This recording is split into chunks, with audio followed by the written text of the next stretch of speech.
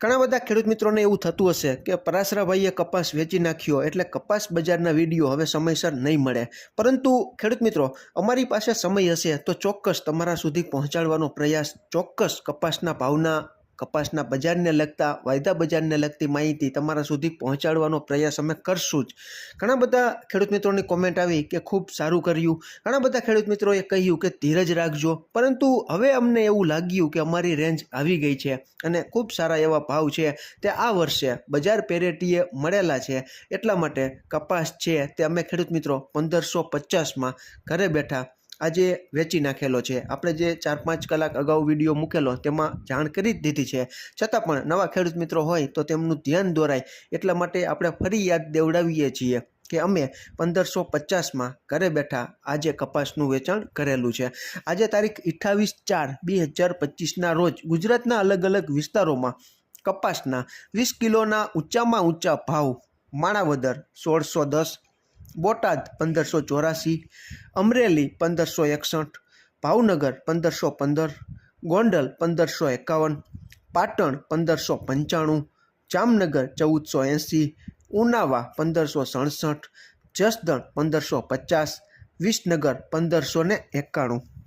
વાયદા બજાર ઉપર એક નજર નાખી લઈએ.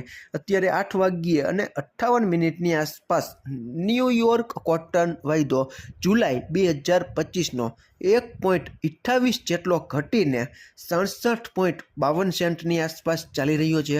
આપણી MCX કોટન કેન્ડી રૂની ગાંસડીનો મે 2025નો વાયદો પણ 200 રૂપિયા જેટલો ઘટીને 55,300ની આસપાસ ચાલી રહ્યો છે. અને NCDEX ઉપર જ્યારે કપાસિયા ખોળના વાયદા બંધ થયા ત્યારે કઈ પરિસ્થિતિ હતી તો તેની માહિતી પણ આપણે મેળવીએ.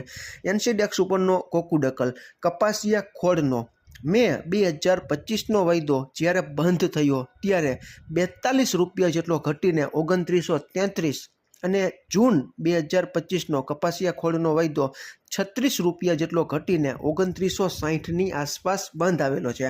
ખેડૂત મિત્રો અમને હવે કંઈ સૂઝતું નહોતું એટલે અમે 1550માં કપાસ છે તે આજે વેચી નાખ્યો. તમારા વિસ્તારમાં ગામડે બેઠા કેવા ભાવ ચાલી રહ્યા છે તેની માહિતી ચોક્કસ તમે કોમેન્ટમાં જણાવી શકો છો.